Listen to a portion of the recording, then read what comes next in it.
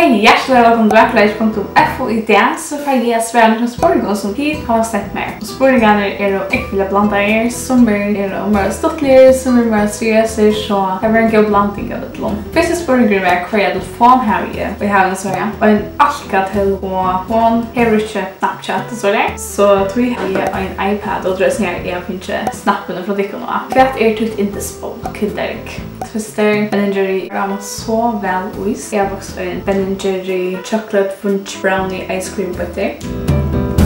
Vad är twin skógvastødd? Men skógvastødd är nutritjett. Är du single? Ja, jag är faktiskt single. Jag vet hon närkande mist en tattan. Ja, det har vi. Jag har alltid att jag vill också helt inte mist föräldrar eller om abba in. Men ja, jag har mist folk och folk i familjen som har varit öle tatcha mer. Den passar lunon och jag har alltid att tar man lära för er och man har mist akkurat så blir man väldigt huxom. Okej, är detta bara att jag eller är det liv att nå dig och ta vidare. Snackas ni om. När blush till frälst? Jag blev frälst i mycket år. Men det viktigaste är inte kanske ändå häfta sig i en händning. Men det häfta sig i årgods. Och jag vet att jag tycker Jesus. Jag vet att jag teach med honom. Och i min hjärta. Och jag säger tar vi tryckva han. Tryckva det värsta som han gör för att kunna Golgata. Så är vi frälst. Kvart fick jag till att göra YouTube. Och jag var så glad för att få en spurning. Och så känner att vi börjar göra YouTube. Det tror jag att helt att man klarar förrest andalet TILFAR. Så jag provar bara att göra det och det tycker jag.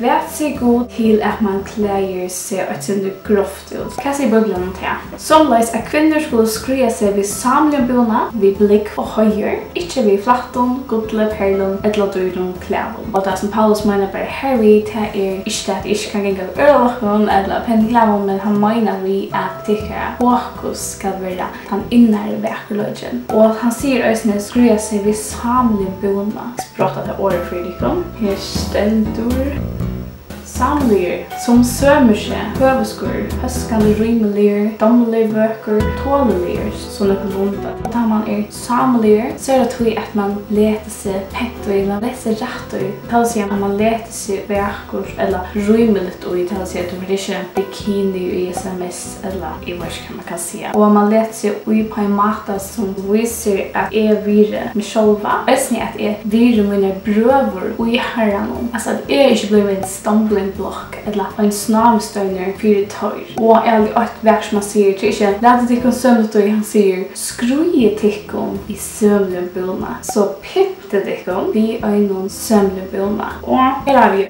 en kjola som faktiskt är ordentligt sömnliritet och faktiskt helt helt till. Här är en mat man kan göra att du kan färga också med sömnet så ganska kör förnedringar men du kan göra det på en pena mat som Paulus är kvinnor till att skruja sig vid sömnbona. Ganska god om piercingar och tatueringar.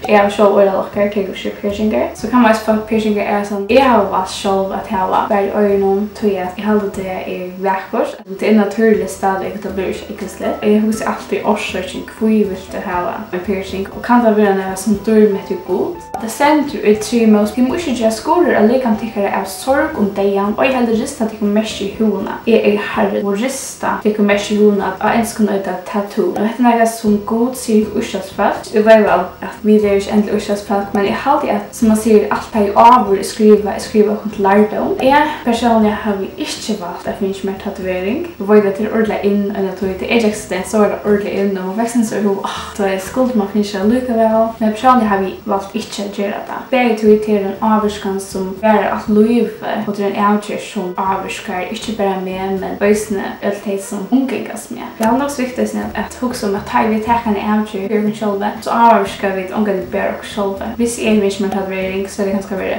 crosser eller väsch eller short kanske det som tid kanske också. Men orsöken att jag inte har gjort det. Jag tror jag har en så god tala i en affär. Och det här var en man som inte har tryggvand i åren. Och han var fullare tatuering. Och så blev han tryggvande. Han säger att han ville hellre än att tatuera sig en krossa. Så ville han bära kross Kristus dagliga. Till sig att han ville leva för Kristus. Vänta, även att sig själva leva fullkomligt för Kristus. Och så säger han också jag vet att Nick hej inte att tatuera sig vers. Men hellre än att tatuera mig ett vers så ville jag gärna leva ett vers. Jag vill vara ett center för detta verset. Hellre än att tatuera mig då. Så jag visst tatuera då så är det ju känt som den personen som heter verset. Sen vill du kanske vara känd som den personen som levde hatta verset. Och det är så som jag inte vill ha min liv, inte tatuerat av min kropp, men jag inte sätta mest av mitt liv för jag kan leva versen som är bana så väl. Kan man dräcka och så mot jag hade att man kommer i himmelen tar man dör.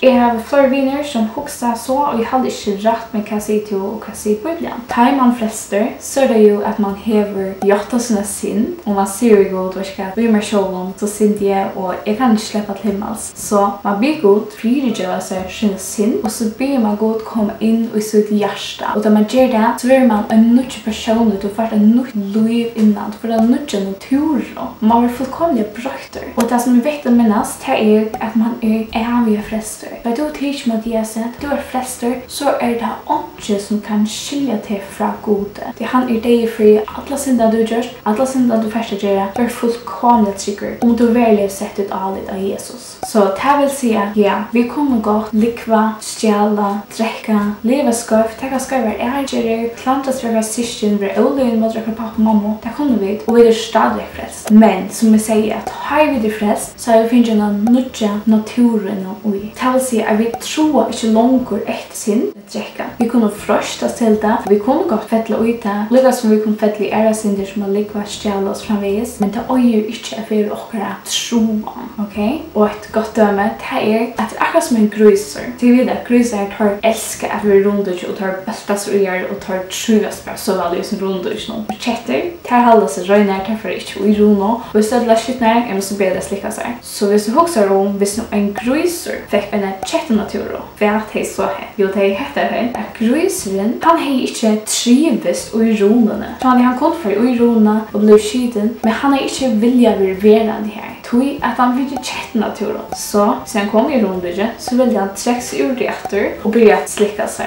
Tui han vill hålla sig röjna. Det är det samma vid till tryckande. Han finner en ny natur och han öjer tui inte längre trivas och i sin. Spurningen är att dina vinkoner stroa efter att träcka. De säger så är det inte rätt nöj. Och spurningen är how det relativt med Jesus för att här är torra troan. Och så kan man ända ett möte till oss som man kan göra. Jag vill se möte eller ungdomsmöte. Jag tror att det är imenskose samt kunna göra det. Det som jag känner till är att man ändrar lötna vid bön och det har vi själv ändrar via lysiga vers som jag har passar till eller vers som är gammal väl. Johannes 3:16, Fysa Johannes 4, 9-12, Rambra 2009. Här är så nägga vers som de kan läsa. Så kan man ändra lötna vid bön och man tackar för det. Jag tackar för det att God gör på möjliga att mötas. Och man kan tacka för att God dör i krossen. Och så kan man också be för det för någon som är på att möta. Jag då inte skriva noter till ta er möte och ta en läs i bibeln några goda. Jag är inte expert jag skriver noter, släckte. Men jag gör det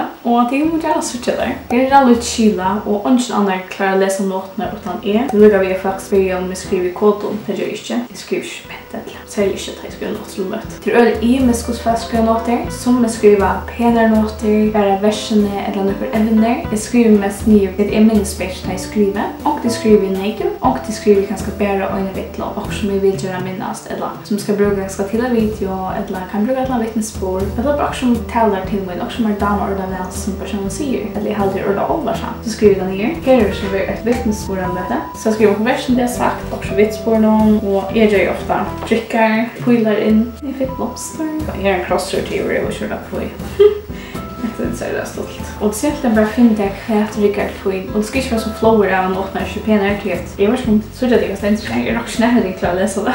Men inte bench för att det inte är pet. Tror att notnar är ju till tickarna bruka och till skulle finna det kan stå i. Jag klarar att läsa det som jag skriver och inte någon annan klarar att läsa det. Och sen gång man bara. Men det är simpelt till er bruk. Och ett annat som jag har här är en bönarbók. Och till resten till kunna skriva kanske några bön hvis du läser vers, böner, ämner, stöttna, här är stöttna och här är stöttna. Teori är att har jag finns bönersvär på bönen så jag skriver stöttna. Så då sätter jag här en bön som finns stöttna, här är en underbön som finns stöttna, här är det något stöttna. Nästan alla böner har minimum öjna stöttna. Så heter det också en mat jag tackar något till hemman fram. Annars åkt som fortäller som är damer allra bästa göra. Här är att skriva i biblarna. Vi vet att det är sånt som inte göra det. Och i helt det blir jag kanske för att chatta då jag ska säga okej, jag kan köpa något nytt. Men jag köper så glad för det här som jag skriver lite tacka. Då jag tar i en läsversion efter så kommer jag tankar runt han tankar som jag skriver i då. Och chef från möte som jag skriver i som är damerna väl. Och chef att jag vill show. Och ibland är så mega tom. De tål inte väl vattentuscher. Men pennor, blyanter, tar det väl. Och onkel så har vi sin kors. Sen sticky notes.